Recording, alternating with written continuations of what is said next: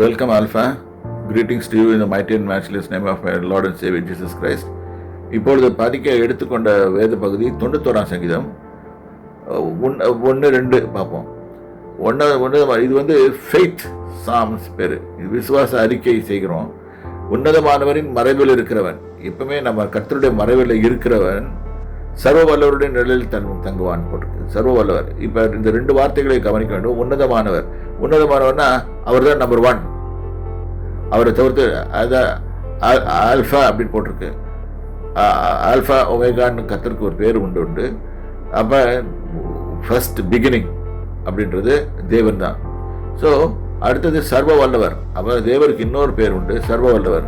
இந்த 2 பேரையும் இந்த இடத்துல உபயோகப்படுத்தியிருக்காங்க. சர்வ வல்லவருடைய நிலையில் தங்குவான். நான் கர்த்தரை நோக்கி நீர் என் அடைக்கலம். கர்த்தரை நோக்கி நம்ம சொல்லணும் வாயினால, கர்த்தாவே நீர் என் அடைக்கலம், என் கோட்டை. கோட்டைனா கோட்டையில் இருக்கும்போது நம்மளால யாருமே நம்மளை அணுக முடியாது. இந்த காலத்தில் நம்ம இயேசு கிறிஸ்துவின் ரத்த கோட்டைக்குள்ளே வந்துட்ட பிறகு ஏதோ பிசாசின் சக்தியை நம்ம தொட முடியாது. என் தேவன், நீர் தான் என் தேவன் என்று சொல்லி நம்ம அறிக்கை பண்ணணும்.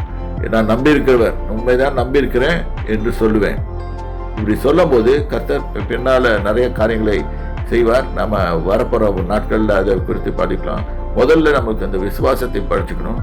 தேவன் உன்னதமானவர், அவர் சர்வ வல்லமுள்ளவர், அவர் என் அடைக்கலம், என் கோட்டை, என் தேவன், நான் நம்பியிருக்கிறவர். இந்த காரியங்களை சொல்லும்போது நாம் மெய்யாகவே இது இருதயத்தின் ஆழத்திலிருந்து சொல்லும்போது, ஃபீல் பண்ணி உண்மையாகவே சொல்லும்போது கர்த்தர் நமது பட்சத்தில் வருகிறார், நம்மளுக்கு ஆறுதல் செய்வார், நம்மளை பாதுகாத்துக் கொள்வார், நம்மளுக்கு எந்த கேடும் வராதபடி பாதுகாத்துக் கொள்வார். கர்த்தருடைய நாமத்தில் உங்களை ஆசீர்வதிக்கிறேன், கர்த்தரை வாழ்த்துகிறேன். கர்த்தர் உங்களை ஆசீர்வதிப்பாராங்க.